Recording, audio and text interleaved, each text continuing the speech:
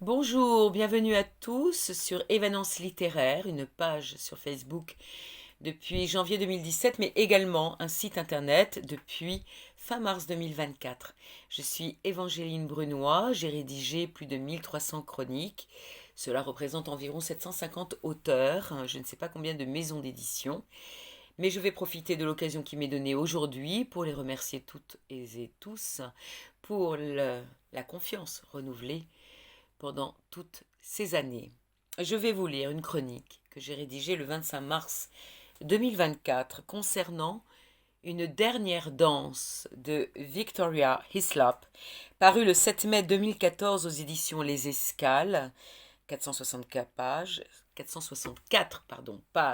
traduite toujours par Alice Delarbre.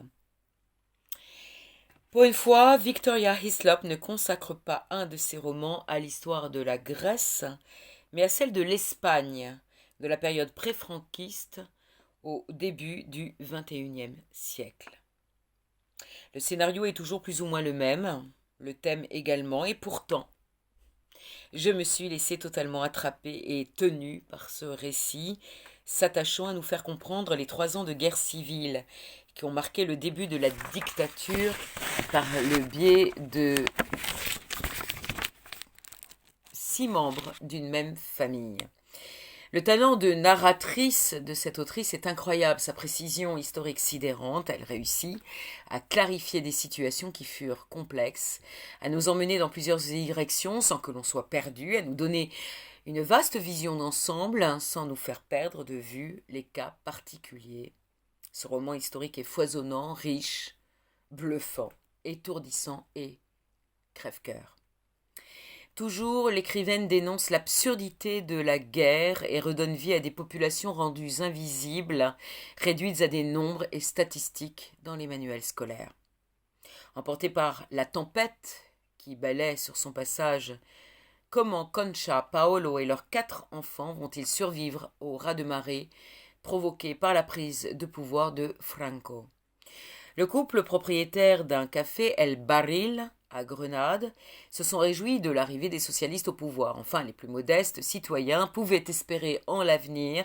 Enfin, les femmes accédaient à certains droits. Enfin, les jeunes filles pouvaient étudier.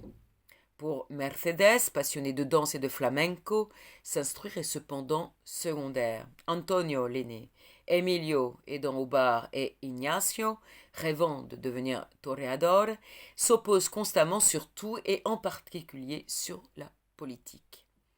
Mais avant de revenir dans le passé, retournons au présent et suivons Sonia, partie en voyage avec sa meilleure amie Maggie pour fêter l'anniversaire de cette dernière. Direction Grenade et un stage de danse auquel elles se sont inscrites. La danse rend la vie de la jeune femme plus facile à supporter. Son couple bat de l'aile et seule la parenthèse enchantée du cours hebdomadaire la maintient en vie. Elle apprend par son père que son épouse et lui adoraient danser avant que Marie ne tombe malade. Celle-ci était espagnole, arrivée en Angleterre avant le début de la Seconde Guerre mondiale. Ce sont les seules informations que possède Sonia sur sa mère disparue trop tôt. Mais l'heure est à la danse, à la découverte de la ville somptueuse de Grenade, à savourer un bon café con leche dans un bar typique, El Barril. En poussant la porte de cet établissement, Sonia ne sait pas qu'elle vient d'ouvrir un passage vers le passé surprenant, tragique et bouleversant. Récit de guerre où résonnent autant les rafales de fusils, les pleurs et les cris, que les coups de pied d'une danseuse enfiévrée et sensuelle de flamenco. Une dernière danse en hommage à une Espagne et des victimes aujourd'hui disparues. Je vous invite à découvrir la 4e de couverture ainsi que la biographie de Victoria Hislop sur le site des éditions Les Escales ou sur evanencelittéraire.com. Merci infiniment, à très bientôt, au revoir.